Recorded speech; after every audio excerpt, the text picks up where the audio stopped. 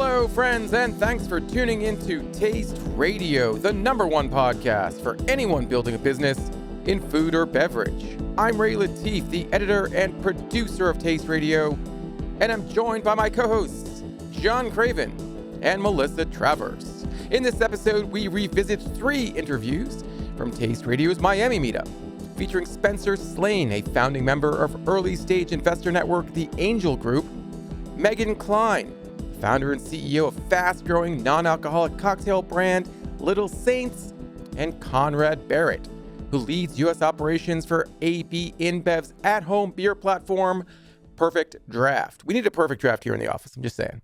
I know, I was talking to Conrad about that. And? You know, look, I hate to admit it, but that Stella Artois off the PerfectDraft was pretty tasty. Why would you hate to admit it? Yeah, right. Yeah. I don't know, it's not really my beer otherwise. Guy, Mr. Bougie It's over refreshing. here. I like Guinness. Is that really more bougie? I also don't like know, man. Guinness. It's just whatever. Well, you just need AB InBev to buy Diageo and you're good to go. Yeah, they should get working on that. But in the meantime, I was like, when is this PerfectDraft going to come to Massachusetts? I mean, I couldn't believe it, but Massachusetts not really high on the list for AB InBev. Because people actually go out to bars a lot. I don't know. Yeah. Well, or we go to Dunks, you know? Well, the day we start to see beer at Dunks, I don't know. That's when the apocalypse hits, although we're pretty damn close to that. Anywho, Expo West is over, which I'm happy about. I mean, I loved Expo. It was fun. It's too short. It felt a little shorter. Did? Yeah. Just give me a third day back, not this half day. Yeah. Friday was pretty dead. I was there in the morning. I didn't stay for it because Well, I did there you go. last year. And no, I'm going to sound like Ray for a second hating on Expo West, but I'm really not. But last year it was like crickets and tumbleweeds and people who were still there, a lot of hungover people, which I appreciate that people had fun, but You appreciate that people got banged up? it just would have been better if we still had Saturday where, I don't know, being a little banged up on a Saturday morning feels a little more appropriate. I didn't even make it to the main hall. I did the North Hall, Hall E, and I think I walked through the main hall, but didn't really get to stop at all. Hall A.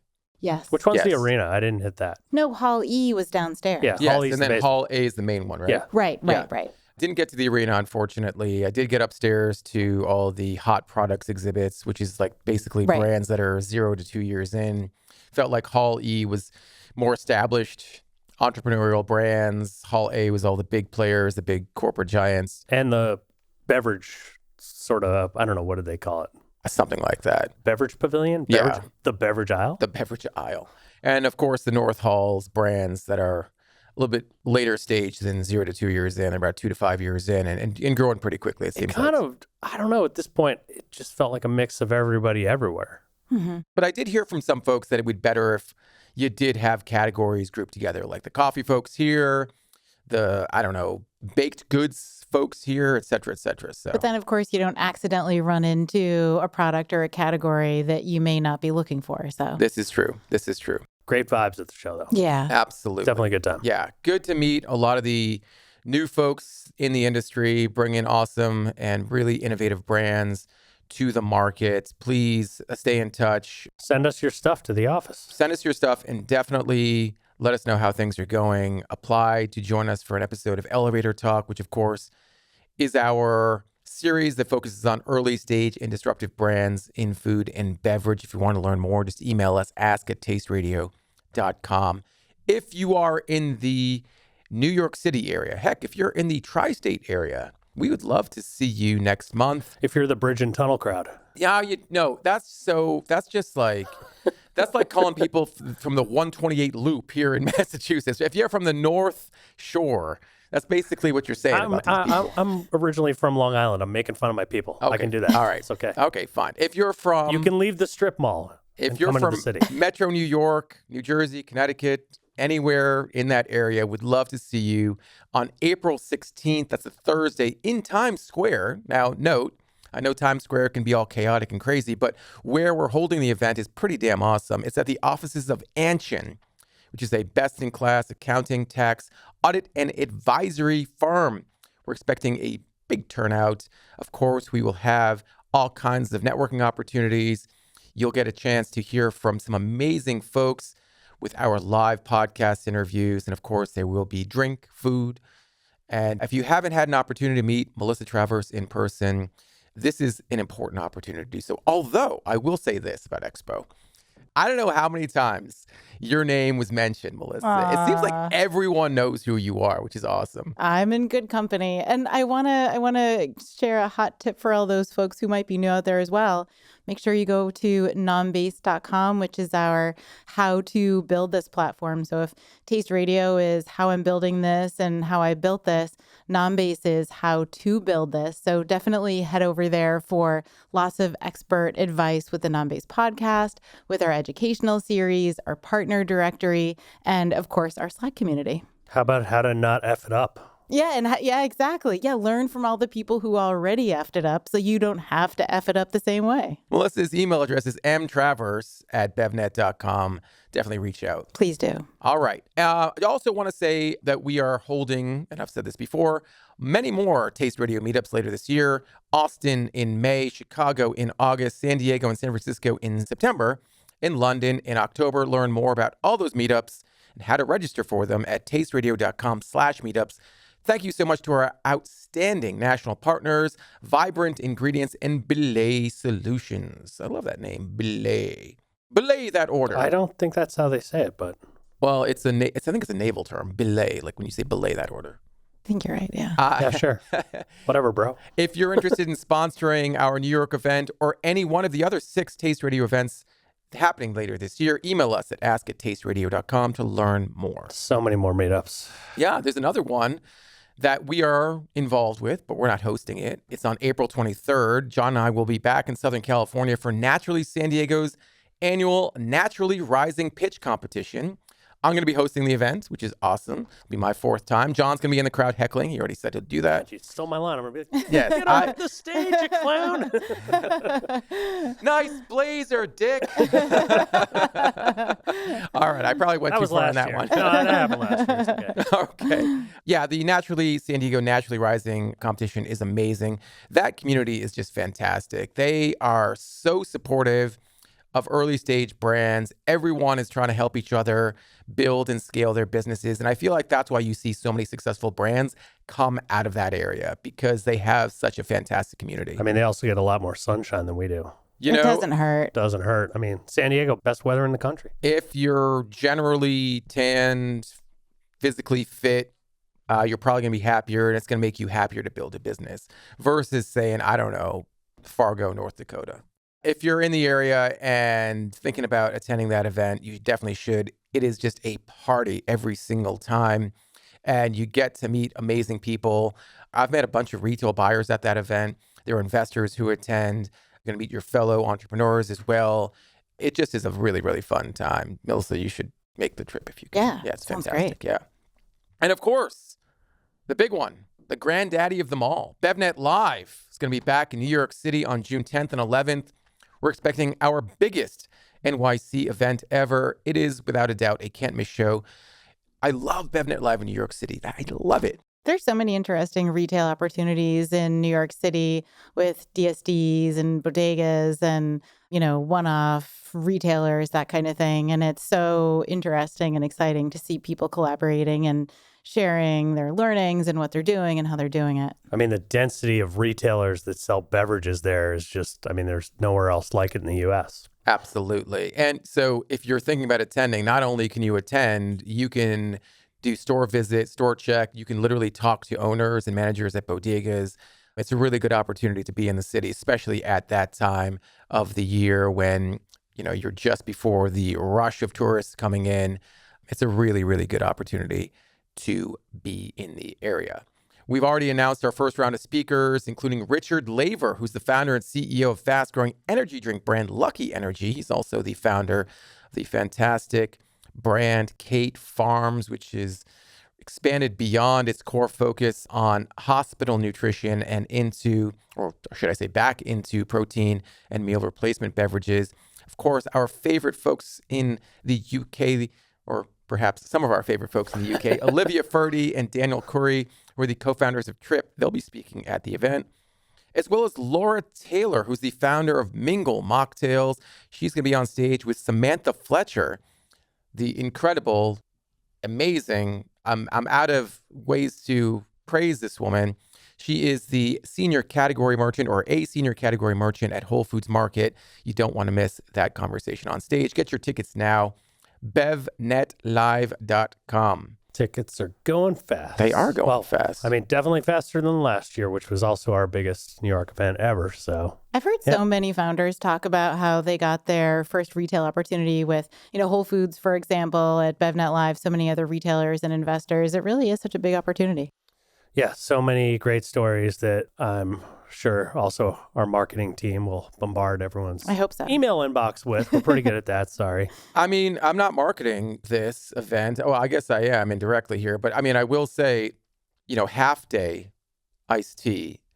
I did a podcast interview with one of the founders last year. And how did he meet his lead investor? He met him at BevNet Live. True story.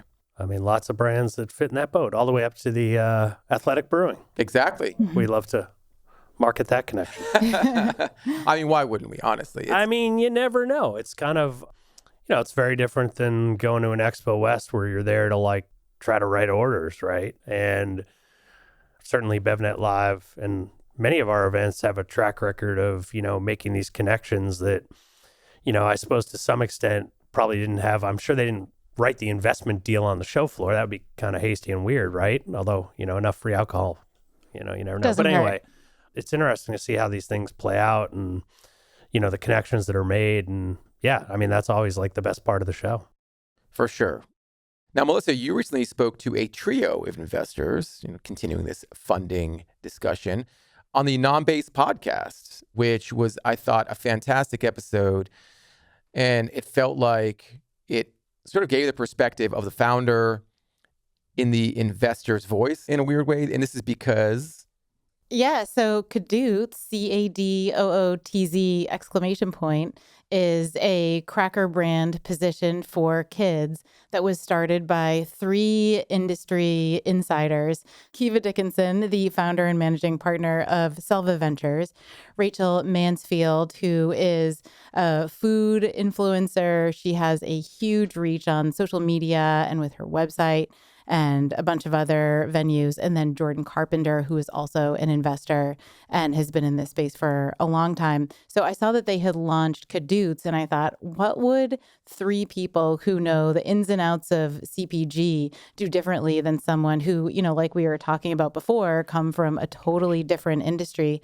And they really were so forthcoming and generous with the ideas that fueled the strategy that helped them build out this brand and how they're planning on continuing to build it smartly. So they talked about things like why they were using certain premium ingredients like 100% extra virgin olive oil, why they cut out other ingredients because they didn't make sense and they were expensive.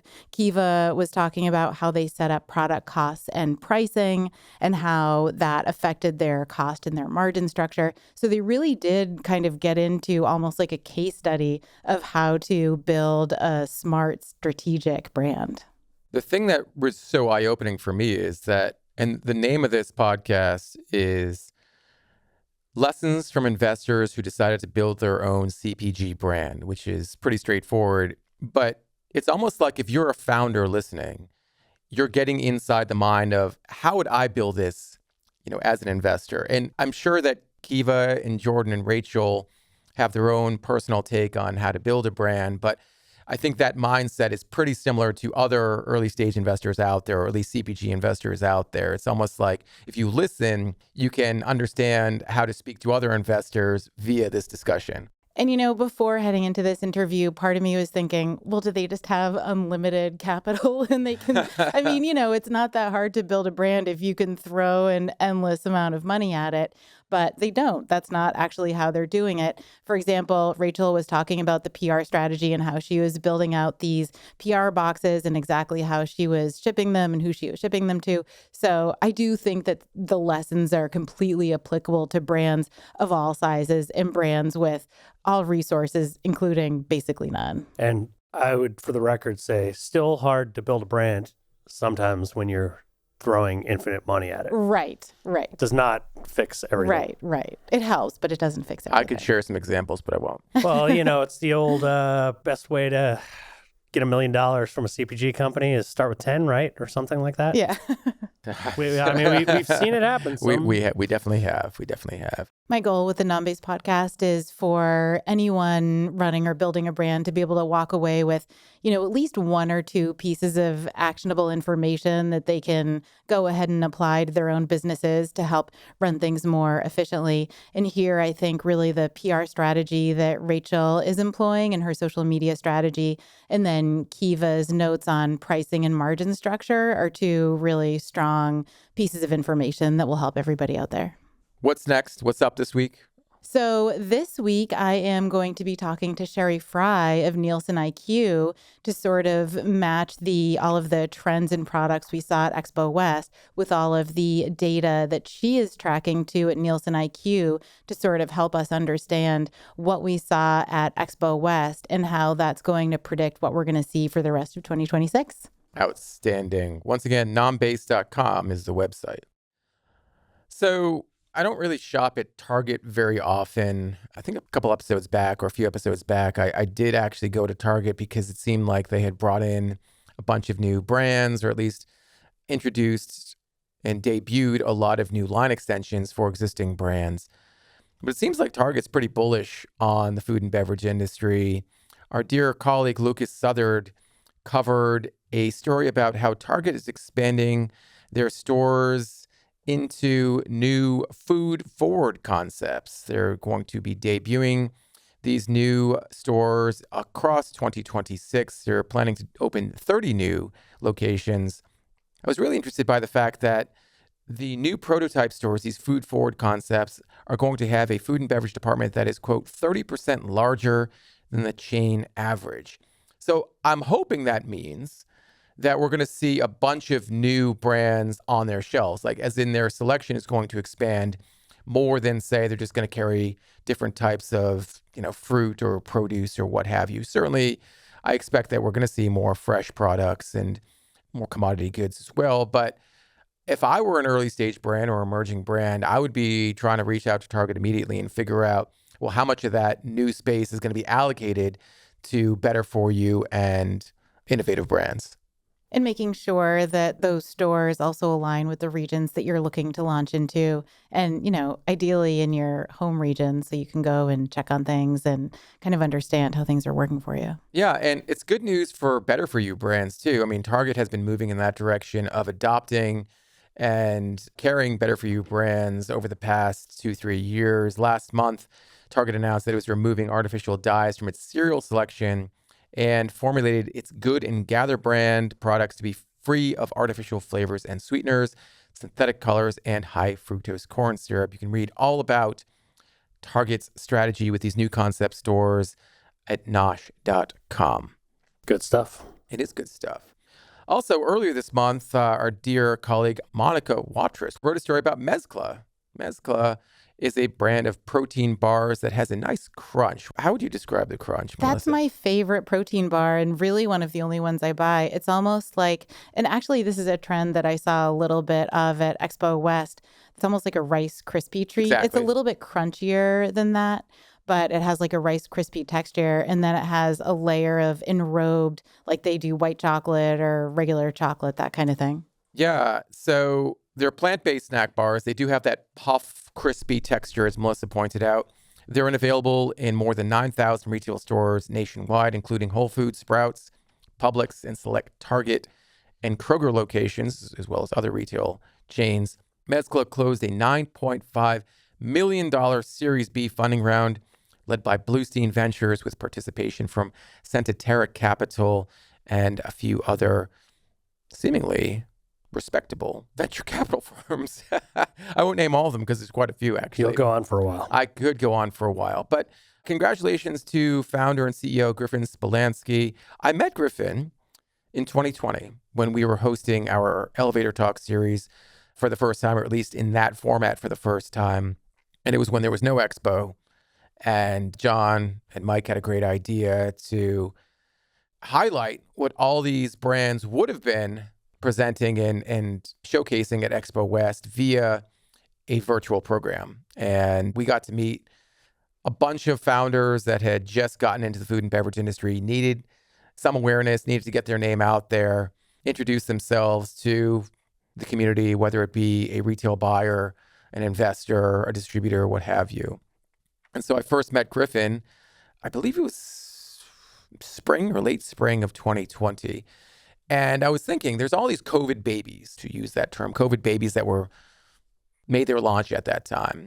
Certainly Mezcla, as we can tell, is doing pretty well. I was wondering if there are about other brands that have... Poppy's a great one. I think that's tops. I'm just going to say. Poppy's probably tops, although they had a little bit of a head start because they were on Shark Tank. They were supposed to launch in Target in March of 2020. You know, I did an interview with Allison and Stephen Ellsworth in 2020 at the time, and I was actually kind of skeptical about this repositioning, rebranding, new brand of Poppy. Boy, they proved me wrong. You know, Fishwife, as I remember it as well, was launched during COVID. Yeah. BTR Nation, which was known as BTR Bars at the time. There's a lot of brands. Yeah. And they also launched a Rice Krispie format at the show. Yeah, those are really good. At Expo West 2026, yeah. Unite Foods, which is a maker of... More bars. Yeah. Yes, more protein bars, a maker of globally inspired protein bars. I think they, they've done pretty well for themselves since. I could go up and down the list, but if you are an early stage brand, or if you were an early stage brand in 2020, a COVID baby, as it were, reach out, because I want to talk to you. I feel like we should do a where are you now with a lot of the pandemic brands. Special? Pandemic update? In a sense, yes. With some of these brands that we first met in 2020 and where they are now, because I think that'd be a fun exercise. Yeah, out of difficult circumstances come some really amazing brands and products. That's a good story. Kind of all you can hope for. Yes. If you could make it in New York City, you can make it anywhere. If you could make it during COVID, clearly you can make it anywhere.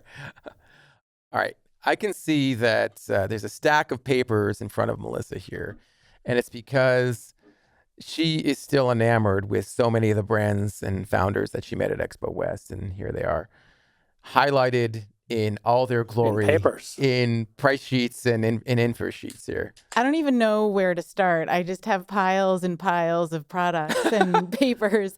I'll just start with what's right in front of me. And we actually referenced this a little bit in our previous Expo show when we recorded right from the show. But this is something that I am really interested in, especially now. So this trend of farmer-run brands, so brands that are, farmers, and they're kind of tracking their products and the ingredients that make up their product right from the farm. So I have a sheet from Folkland here. They make these seed oil-free, USDA organic, absolutely delicious fries and tater tots. They were so tasty. Farmwell, which you talked about at the show.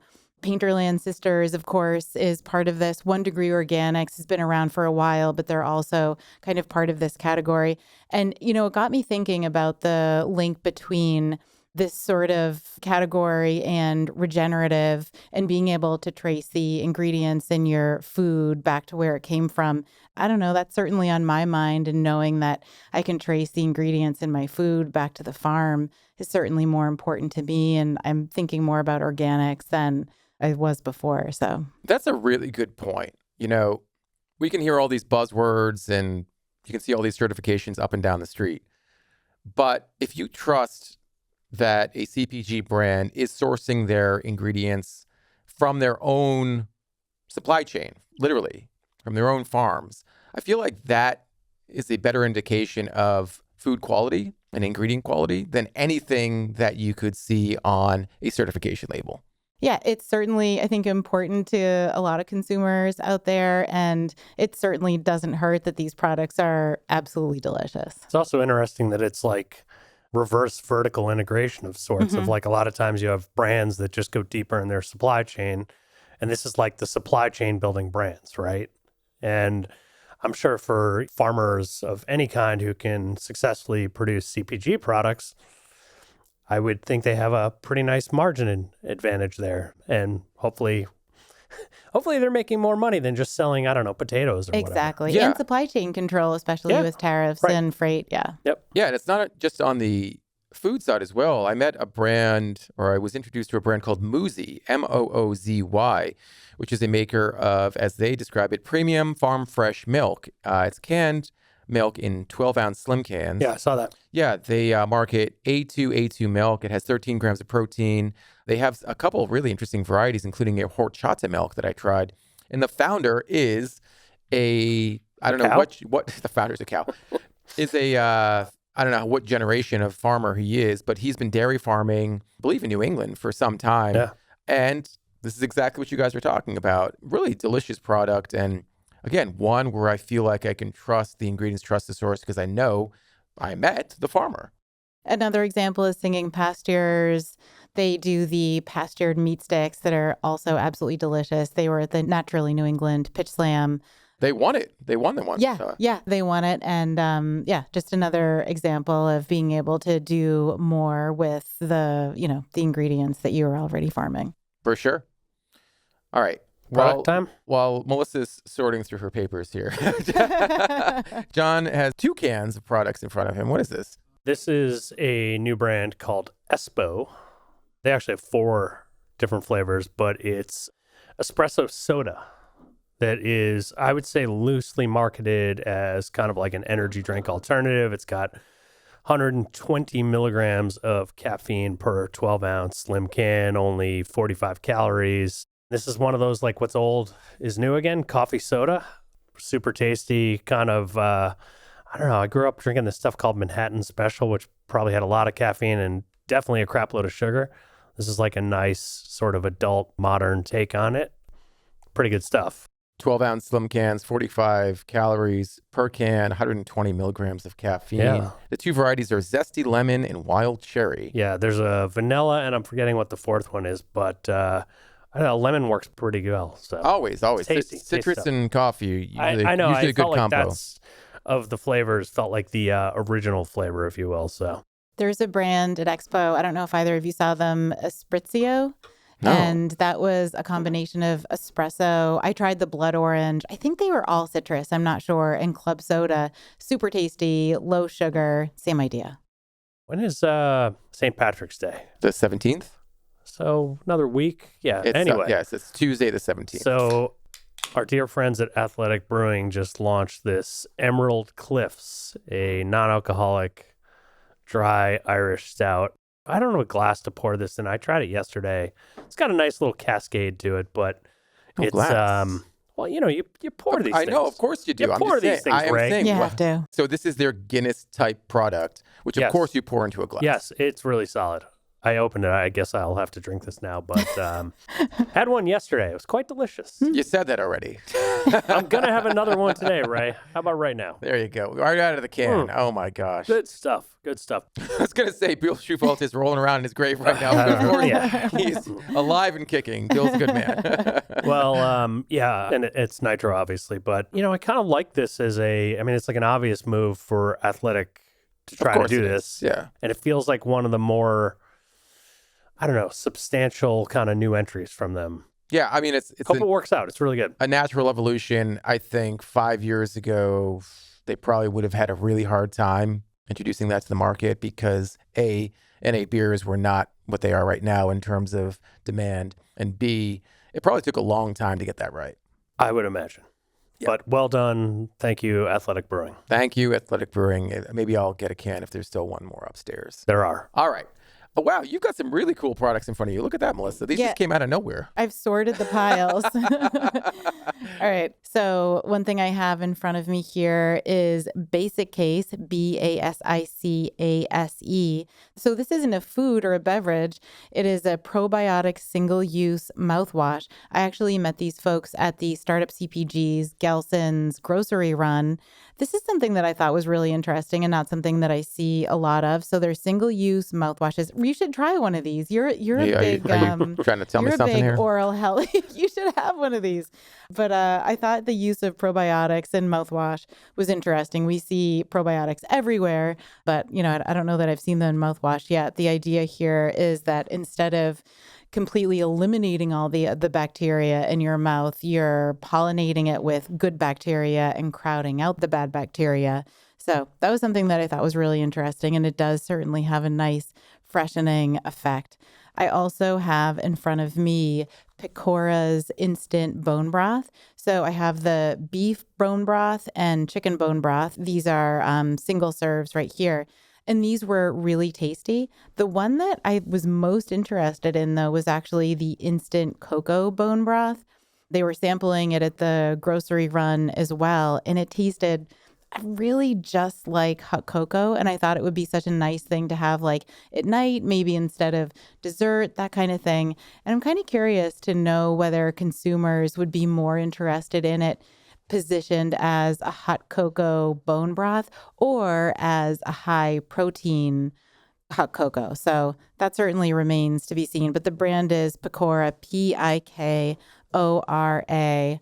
And I also have, on the topic of collagen, I also have Power Ups product here. They initially launched with their cocoa mix, and at Expo West, they launched, I believe, 3 new SKUs. They have mint, which tastes just like a Girl Scout cookie. They have hazelnut and cinnamon. And this is a product that I think is super tasty. You can eat it like the Lick-A-Maid. Do you remember Lick-A-Maid with the chalky? Oh, yeah. You don't remember Lick-A-Maid? The name sounds a little controversial. I'm just going to say that. There were so many controversial things in the 80s. You would get this, it was almost like a piece of white chalk. And then you would get this packet of almost like powdered Jell-O, and you would dip the piece of chalk in the Jell-O and eat it like that. Yes, I didn't know it was called Lick-A-Maid. Yeah. Well, you don't get the piece of chalk, which I think is actually a really good decision on the behalf of Power Up. And by the way, you spell Power Up Pwrup. And by the way, you spell Lick-A-Maid Lik-M-aid. Lick-M-aid. Okay. So the first way I tried this was just by dumping it in my mouth. And I've tried it a few other ways too. You can make it into hot cocoa. You can cook with it. But I do really like just eating it as a powder. I don't know why, but I love it. And it's high protein, 10 grams of protein, 7 grams of sugar. It has electrolytes. So this is certainly a recovery product or even a pre-workout product. If Mike weren't skiing right now, if he were here in the studio, he would be stealing every All one of over those that. from you. I have to fight for it. Yeah, he loves those folks. Yeah. Big fan of We Power spent Up. a lot of time at their booth. Yeah, they're great. All right, let's dive into our featured interviews for this episode. As I mentioned at the top of the show, we're revisiting 3 insightful conversations from Taste Radio's Miami Meetup, held on February 18th. We kick things off with Spencer Slaine, a founding member of the Angel Group, who explains how the Early Stage Investment Network helps early-stage CPG brands bridge the funding gap with both capital and operator expertise. He's followed by Little Saints founder and CEO Megan Klein, who shares how her functional, non-alcoholic cocktail brand was born out of a personal shift toward moderation and has become an anchor in the fast-growing adult non-alcoholic beverage category. Rounding out the discussion is AB InBev's Conrad Barrett, who talks about PerfectDraft, a countertop system designed to bring bar-quality draft beer into the home, highlighting how consumer feedback and AI-driven insights are shaping its growth. So once again, my name is Ray Latif, the editor, host, and producer of BevNET's Taste Radio Podcast. Thank you all so much for coming here to Miami. It is an honor to join all of these amazing folks, these founders and operators who are creating the next generation of food and beverage brands in the United States and beyond. This is our first Taste Radio Meetup of the year, but we have 6 more coming out in 2026, including in New York, Austin, Chicago, San Francisco, San Diego, and London. And if you're interested in attending any of those events, or if you'll be in any of those cities, we highly recommend you RSVP. You can do so at tasteradio.com/meetups. Also, I want to put June on your radar. June in New York, more specifically. That's when we're hosting BevNet Live. It's kind of like this event, except it's bigger and packed with even more founders and operators and investors. If you're serious about growing your brand, that is the beverage brand, it's an event you should absolutely be at. You can learn more at BevNET.com/events. I mentioned we have an incredible person on the mics tonight, and we have 3 of them actually, but Spencer Slaine is our first guest. Spencer is a founding member of a network called the Angel Group. And if you tune into Taste Radio and listen to Taste Radio on a regular basis, you'll know a little bit about the network because I just spoke with his partner, Adam Spriggs, for an episode that we published yesterday. It seems like it was very well received. Did you have a chance to listen to that one? Last night, actually, so right in time. Well, last night's good. I'm glad that you did your homework before we sat down on the mics tonight. You know, I love speaking with Adam, and I love the context of the conversation because it included brands that everyone knows and loves, and, you know, brands that the Angel Group has invested in. But let's back up for a second. You know, what is the Angel Group? And tell us a bit about its origins and your background within the organization. So it started back in 2019. It was maybe 10, 12 people to start, and it was when Adam Spriggs, who you just had on, he moved from Boulder back home to Ohio. He wanted to stay in touch with his friends and professionals in CPG. And then we actually, Adam and myself, we met on an investor call for Loverboy. And from there, we formed a connection. I joined. I started bringing in people with experience and liquidity. And you fast forward 5 years, we now have almost 300 members, mostly full-time operators or professionals in CPG.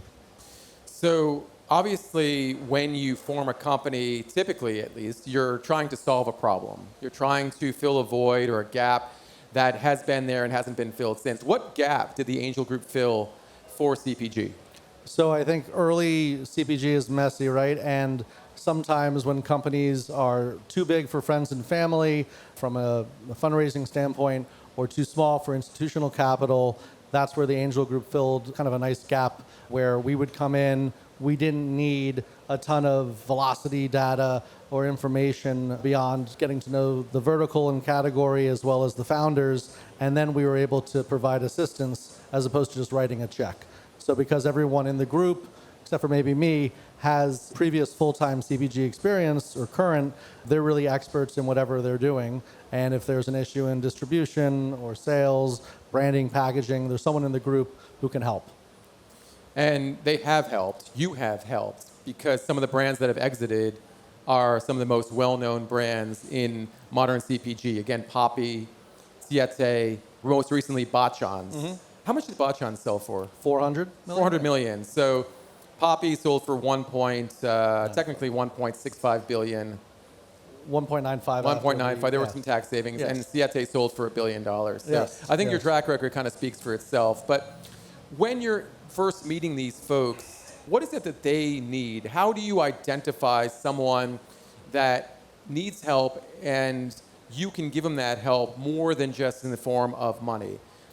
Poppy was interesting because it was kind of the opposite where we had to audition to be investors, and I had cold called Steven maybe 10 or 15 times until he finally took my call. But luckily, it was because of the group that we had allocation, because one of the members, Mark Gallo, worked for NorCal Beverage.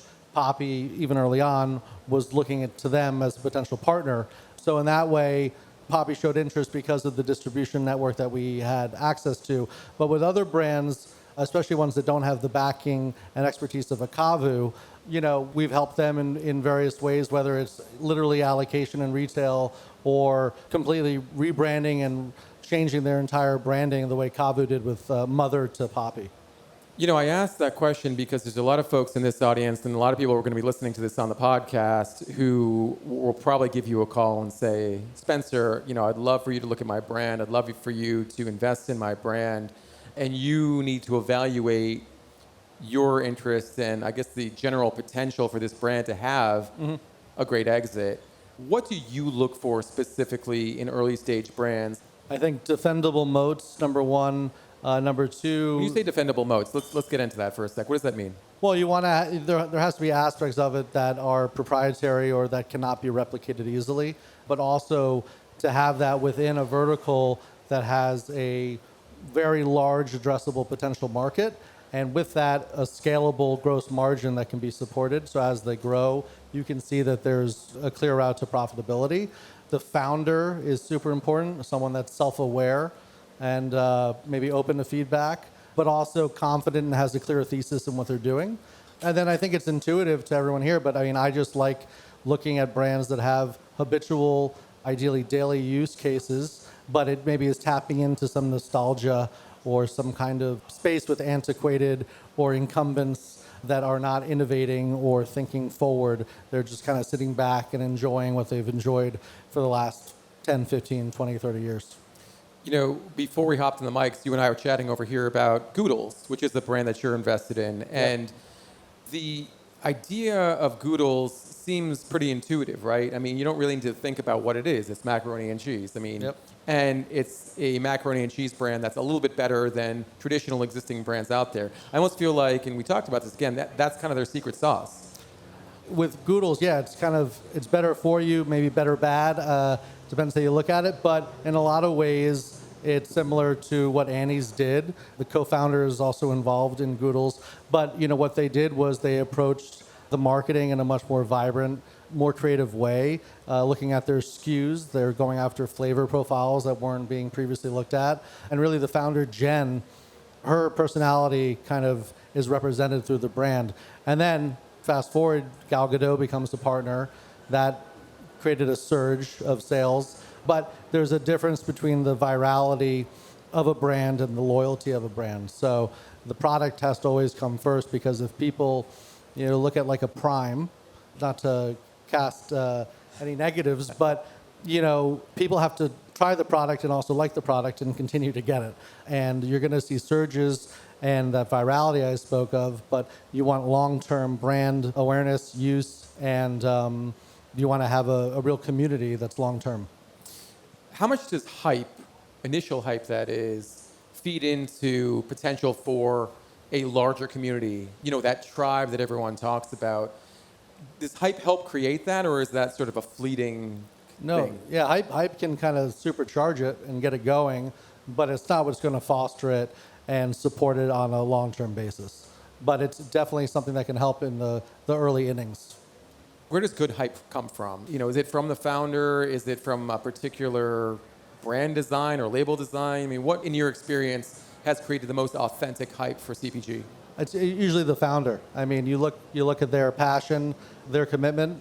A lot of times when you're looking at pre-revenue, pre-seed opportunities, it's very likely the product's going to change, the packaging's going to be way different, but the founder is what remains that constant source of inspiration, creativity, and motivation, especially when things are tough for the first several years. Well, I'm glad you said that, because we have a founder that's coming up shortly. Great. Who I think represents all the things that you just mentioned. There's a bunch of samples here on the tables. I'm sure you could critique any one of them. Just in general terms, what do you see as particular red flags when it comes to early stage brands, ones that give you pause about a potential investment? I think valuations are usually telling.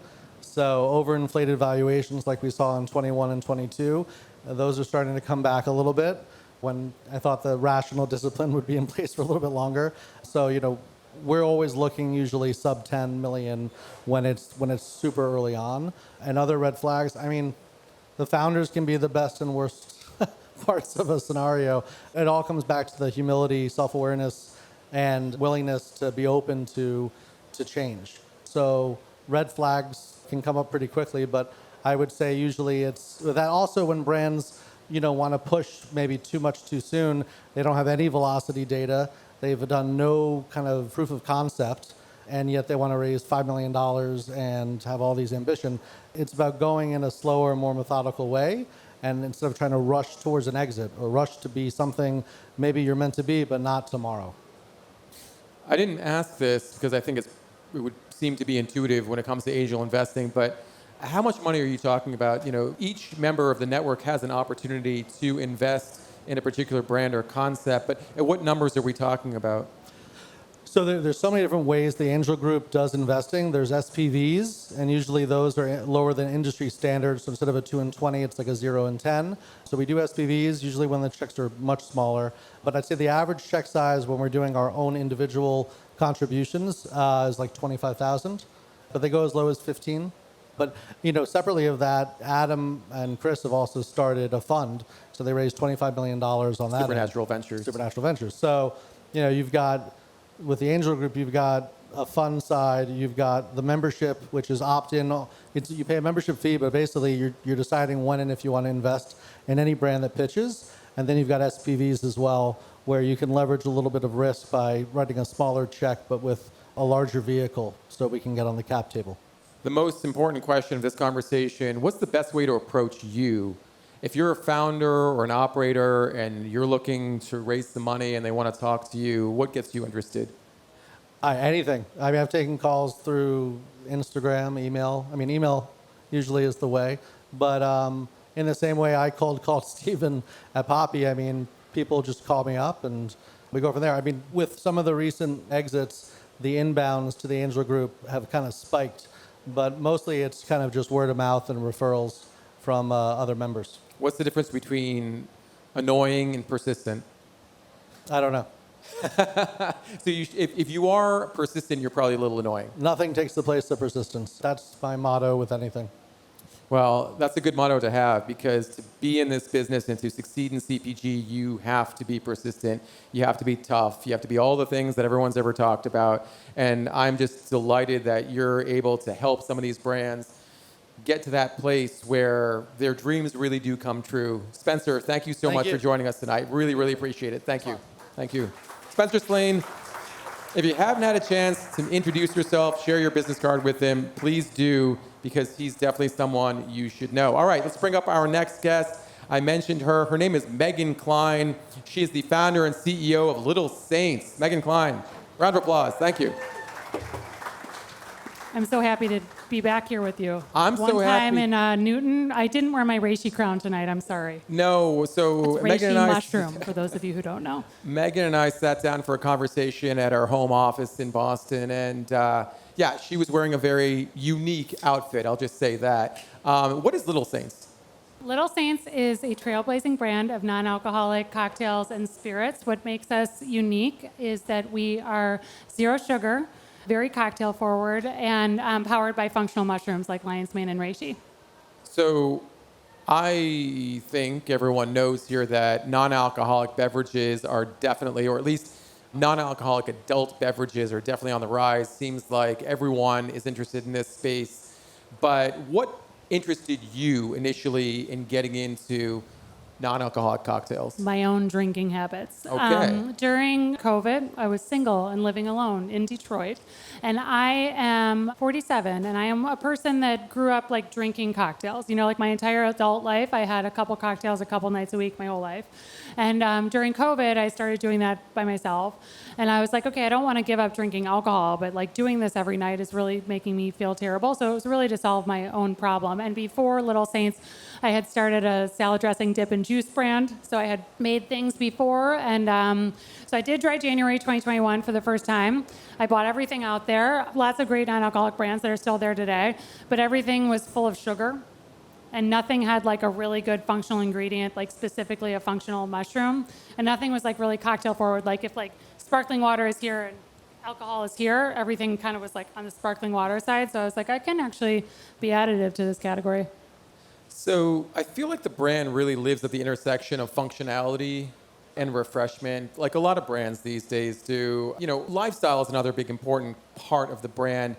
How do you define the path going forward when you do have all those three things happening all at the same time? Again, you're a functional brand, you're a refreshment or a sort of a social beverage brand, you're a lifestyle brand. How do you navigate all three parts of the business as Little Saints itself?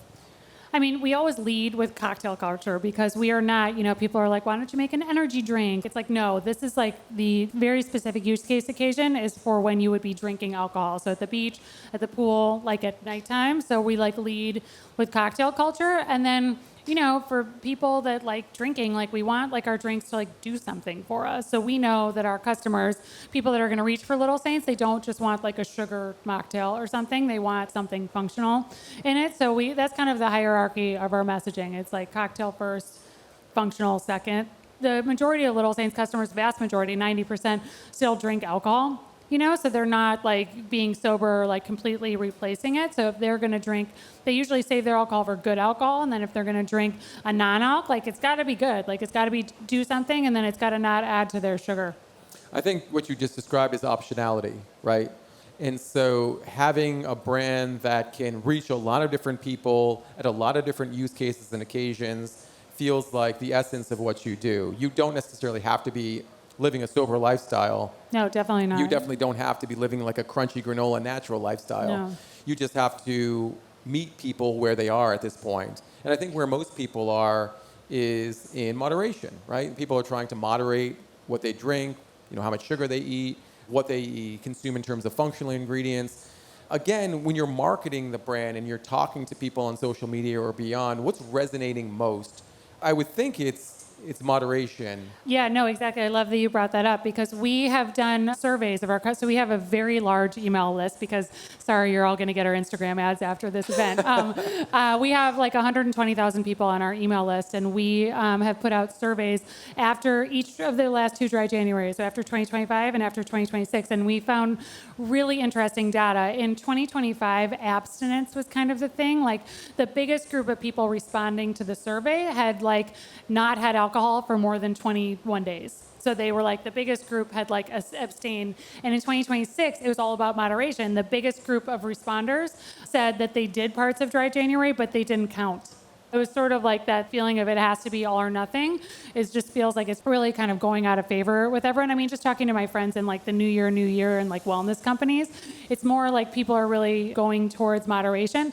And we've always spoken like this. This, by the way, I'm a little nervous to have you try it because it's a little maybe watery, but we're launching a margarita on Sunday on National Margarita Day. And this is a good example. All Little Saints canned cocktails and spirits are like definitely modeled after alcohol. So it's not like we're not doing like a blueberry elderflower spritz. Like this is a margarita, so you know what the use case is. It definitely feels like something that I could replace an evening margarita with, a traditional margarita with, which is awesome. I feel like that's always been one of the biggest impediments to non-alcoholic adult beverages is that they just don't taste or live up to the expectations that you already have. But, I mean, I think that is the crux of building a modern CPG business, is trying to create something that's better than what currently exists or that has existed in the past. It's difficult. And this business is really, really challenging. Let's create some solidarity here. When you started out, I'm sure you faced a lot of different challenges as an entrepreneur.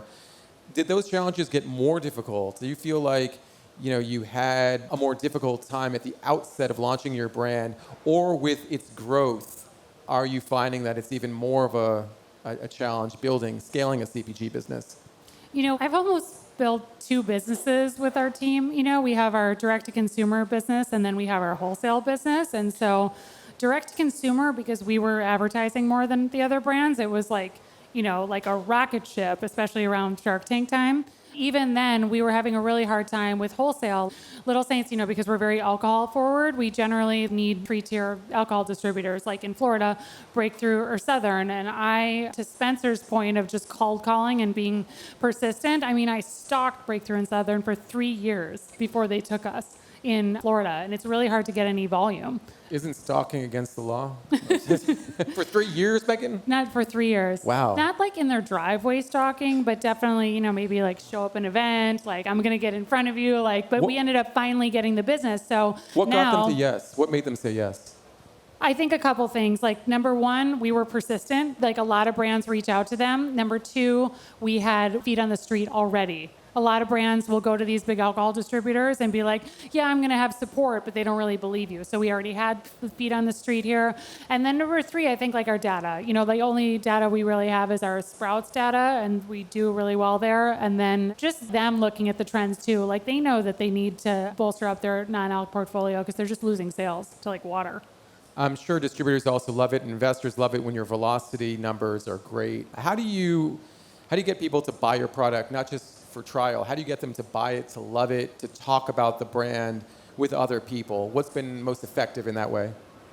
I think Hunter's here. She does a great job like managing our community. We're like very community centric. We give out surveys. We do events. We're like constantly responding to people, and we have a lot of personality in our marketing. I think that's the really thing that we've done uniquely in non-alc.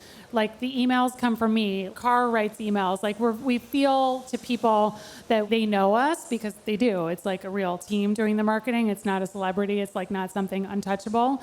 And so that's a lot of the feedback feedback we get on a lot of the surveys. Like, I really like what you guys are doing. I feel like I can see myself in you, and kind of to what we were talking about before of like, we're not a sober brand. We're like constantly like giving cocktail recipes, talking about how everyone else on our team drinks alcohol but me. It's like they can really see themselves in us. And so I think that's been helpful. I mean, it's exactly what Spencer was talking about earlier. It's, the founder is the face, the enthusiasm, the charisma behind some of these early stage brands, and the connection, the authentic connection is real. Did you have a hard time sort of putting yourself out there?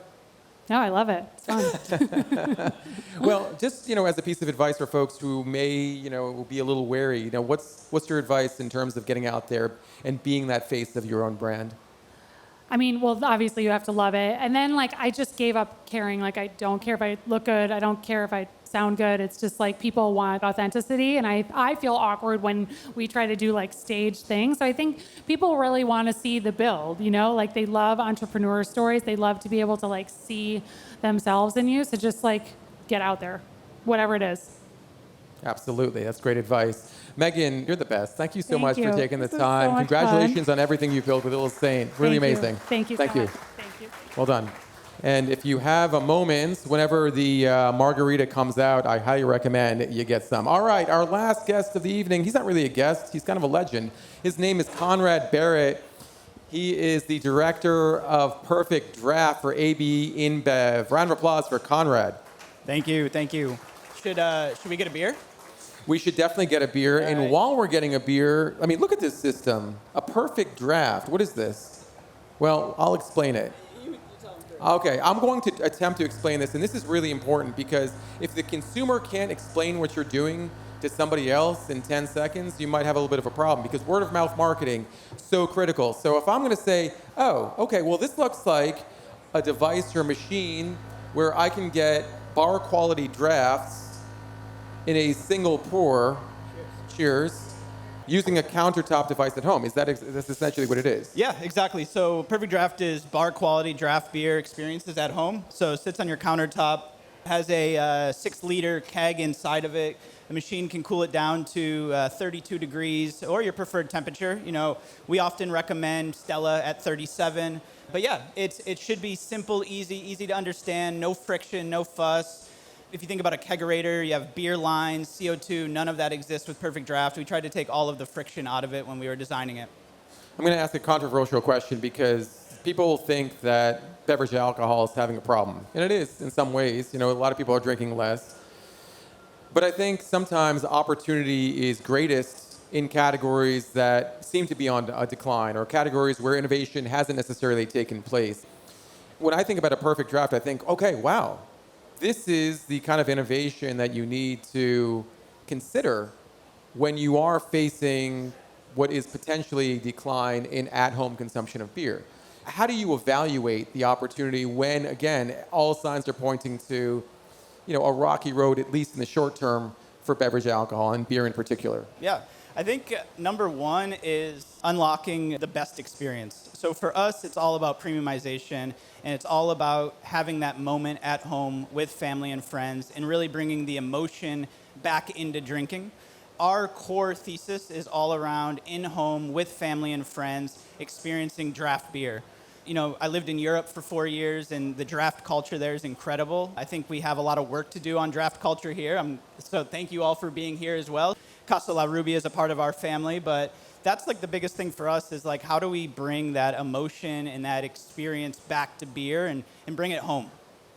I love that because you want someone to feel something about your brand. It can't just be about one thing or the other. It can't just be about taste or ingredients or label design. It has to be that whole package. And it's difficult, though.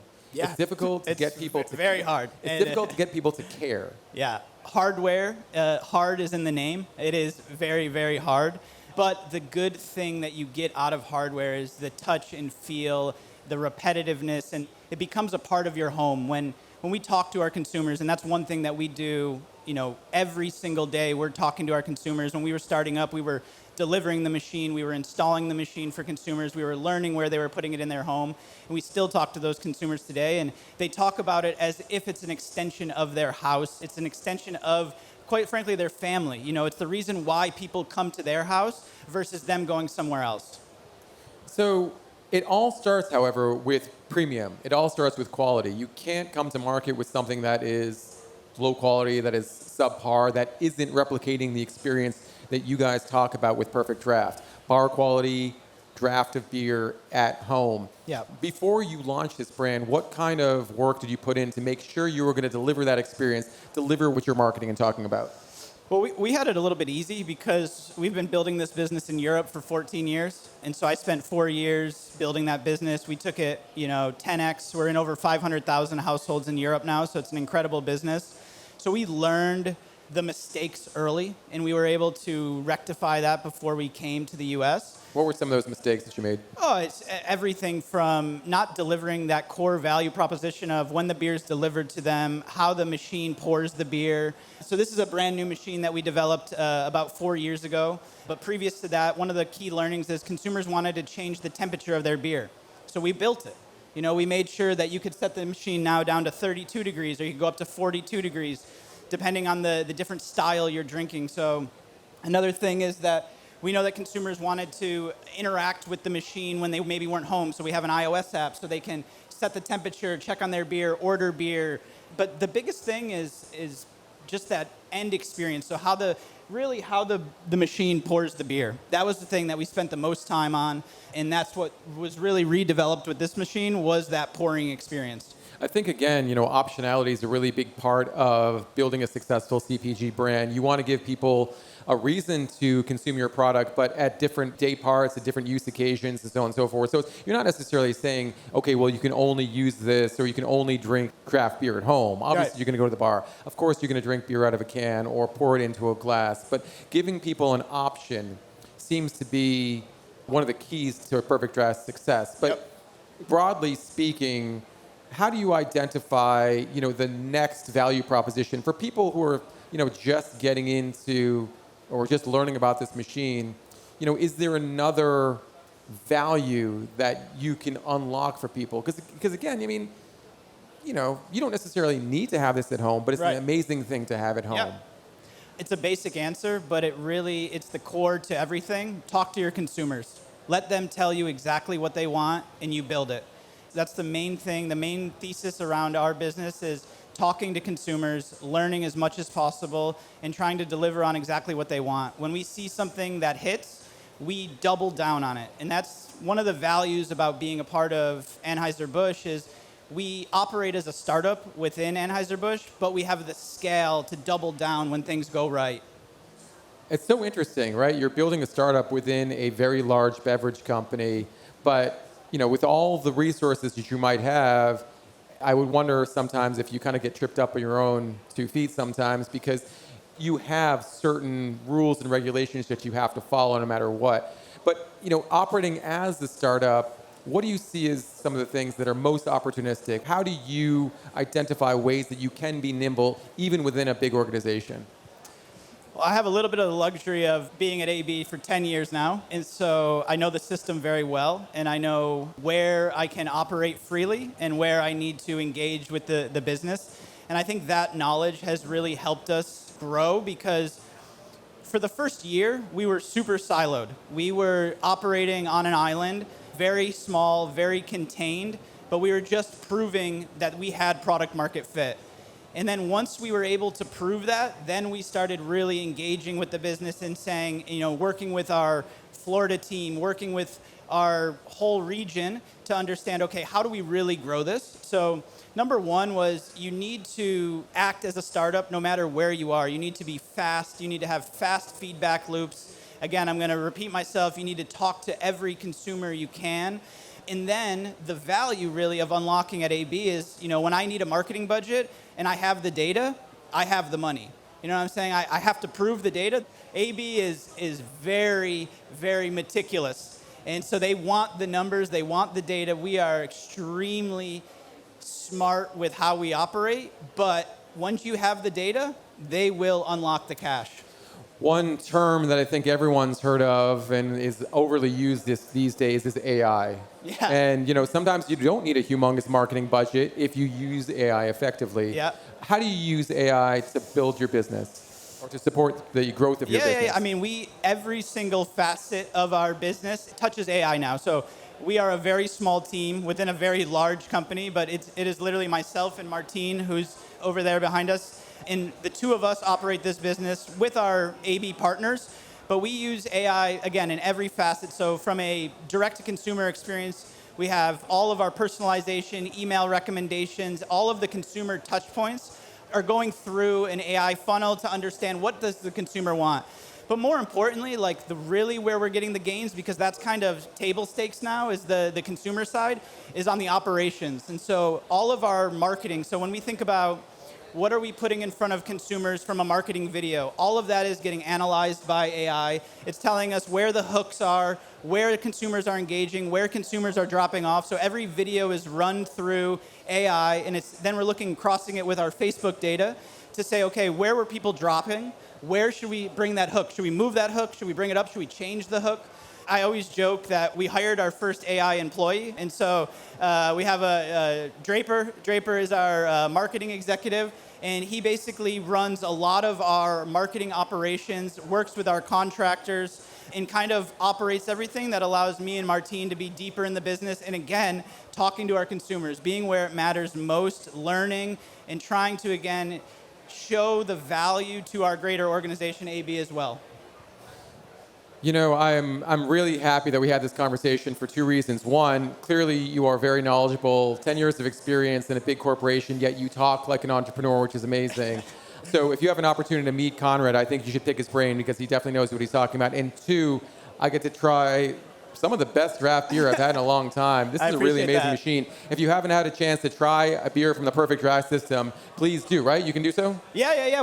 Martine will be sharing some. You guys can pour your own. We're available in Florida, so you can find us at PerfectDraft.com. If you want a machine, come talk to us. If you want to try the beer, come talk to us. It is the best beer experience you can have at home. Outstanding. Round of applause for Conrad Barrett. Thank you so much. All right, we've wrapped up the interview part of our event tonight. Thank you all so much for coming. And once again, thanks to our incredible sponsors, Vibrant Ingredients, Matriarch Wealth Management, Atomos, Strategic Marketing. Definitely talk to those folks back there. Of course, Casa La Rubia and Belay Solutions. We'll be in New York City in mid-April. Stay tuned, tasteradio.com/meetups. Once again, thank you all so much for coming tonight. Really appreciate it. That brings us to the end of this episode of Taste Radio. Thank you so much for listening. Taste Radio is a production of BevNET.com Incorporated. Our audio engineer for Taste Radio is Joe Cratchy. Our technical director is Joshua Pratt, and our video editor is Ryan Galang. Our social marketing manager is Amanda Smerlinski, and our designer is Amanda Huang.